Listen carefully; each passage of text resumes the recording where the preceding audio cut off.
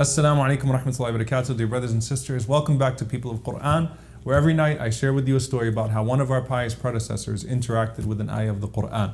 So I know I kind of left you guys on a cliffhanger last time. If you're wondering what happened to the young man, alhamdulillah rabbil alameen, he was freed by his scholarly mother, who we still don't know, who recognized something beautiful about the book of Allah subhanahu wa ta'ala. Now, today we're actually going to talk about a recognized scholar and someone that also was very literate in the Quran and that was able to use it to really bring a sense of glory to this ummah and a sense of pride to this ummah. The man that we're going to talk about today, his name is Al-Qadi Abu Bakr Al-Baqillani rahimahullah ta'ala, from Baghdad, the great judge of Baghdad in Iraq. And literally what I'm about to share with you is from the year 1000. And in the year 1000, Al-Qadi Abu Bakr Al-Baqillani was invited to a debate. And he was invited to basically, to meet with the Byzantines and to meet with some of the Roman monks and the priests and to debate with them about Islam versus Christianity. And subhanAllah, the emperor recognized that, Al-Qadi Abu Bakr Al-Baqillani, this isn't a man that's going to come in and bow, because it was known that the Muslims, they don't bow. And he realized that, if he comes in and he doesn't bow, then that's going to give the rest of the people in the kingdom, an opportunity or an opening to say, you know what, if the Muslim guy didn't bow, then we don't have to bow. So he said, we've got to find a way to make him bow. So he actually, constructed this structure, right? So that whenever he walks in, he'd have to duck in to get in to meet with the Emperor of Rome. So he'd basically bow involuntarily as he's walking in to meet with him. So Al-Qadi Abu Bakr Al-Baqillani, he shows up, to this palace, and he sees this structure, and he catches it right away. He was a brilliant man. He recognizes right away what the emperor was trying to do. So he actually turned around and he entered in backwards so that he could show him that, I'm not going to fall for this. And he walks in, and right away this started off in a very unpleasant way, right? But they greeted him and they told him to have a seat. And he met with various priests and various monks. And suddenly, Abu Bakr al-Baqillani, as he was sitting there, some of the monks and some of the priests started to walk in with candles, and they had the Bible, and they had this really lavish display as the head priest. Now the narration says the head priest. Allah knows best. It could be the Pope of the time or what it may be, but the head priest walks in. And this is the man that Abu Bakr al-Baqillani is going to debate with. So I want you to imagine the scene. Here you have the Muslim guy that came from far away, and he's sitting down, and you basically got an entrance, like when a boxer comes in or a wrestler comes in, right? And he's going to debate with this man. So he walks in, and Abu Bakr al-Baqillani is sitting there, and he's completely unimpressed by this display and by his theme song or whatever it may be.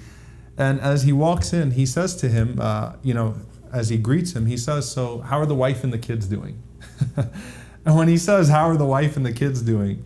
Everyone just blew up. Everyone was like, wait, what did you just say? And they were, it just caused this entire ruckus in the palace. Like, how dare you say that the man has a wife and kids? Don't you recognize that our priests are above that and that this man is above that? How could you say that he has a wife and kids? And he responds brilliantly. He says, but Allah subhanahu wa ta'ala says, and this is in Surah Maryam, verse 88, وَقَالُوا اتَّخَذَ الرَّحْمَنُ وَلَدًا. And they say that the most merciful has taken for himself a son. لَقَدْ جِئْتُمْ شَيْئًا إِدًّا. You've done an atrocious thing. You've brought forth an atrocious claim. Allah says, تَكَادُ السَّمَاوَاتُ يَتَفَطَّرْنَ مِنْهُ وَتَنْشَقُّ الْأَرْضُ وَتَخِرُّ الْجِبَالُ هَدًّا. Allah subhanahu wa ta'ala says that the heavens almost rupture therefrom, and the earth splits open, and the mountains collapse in devastation. أَنْ دَعَوْا لِلرَّحْمَنِ وَلَدًا.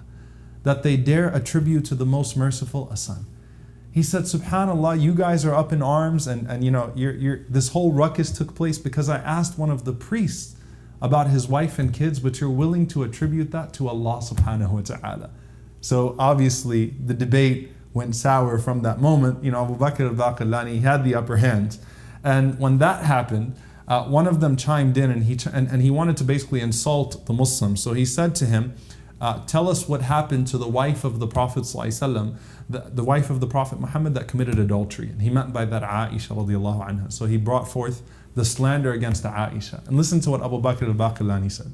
He said that Aisha radiallahu ta'ala anha was slandered, and Allah subhanahu wa ta'ala absolved her. The same way that Maryam alayhi salam was slandered, Mary was slandered, and Allah absolved her of that slander. Except that Maryam alayhi salam had a child, and Allah still absolved her. Aisha had no child. So if you're going to say that there is no way that Allah could absolve a woman from above the seven heavens, then what do you say about Maryam alayhi salam? So he said, verily Allah subhanahu wa ta'ala declared the purity of both of these great women. And when he said that, they realized there is no way to beat this man in a debate. So the emperor, he summoned his priest and he said, you know what, give the man a bunch of bags of gold. Tell him to go back to Iraq and never come back. So Abu Bakr al-Baqillani, he walks out of the palace.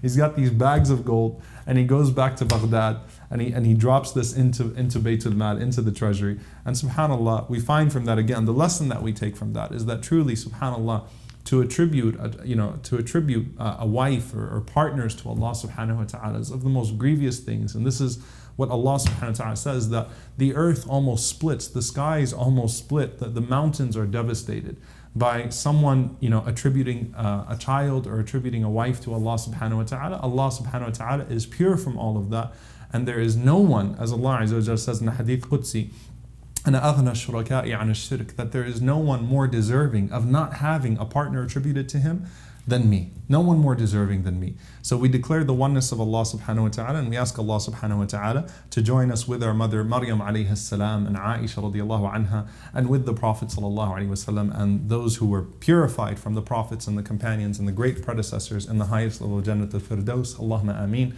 Jazakumullahu khairan. Inshallah ta'ala, I'll see you next time. Wassalamu alaikum wa rahmatullahi wa barakatuh.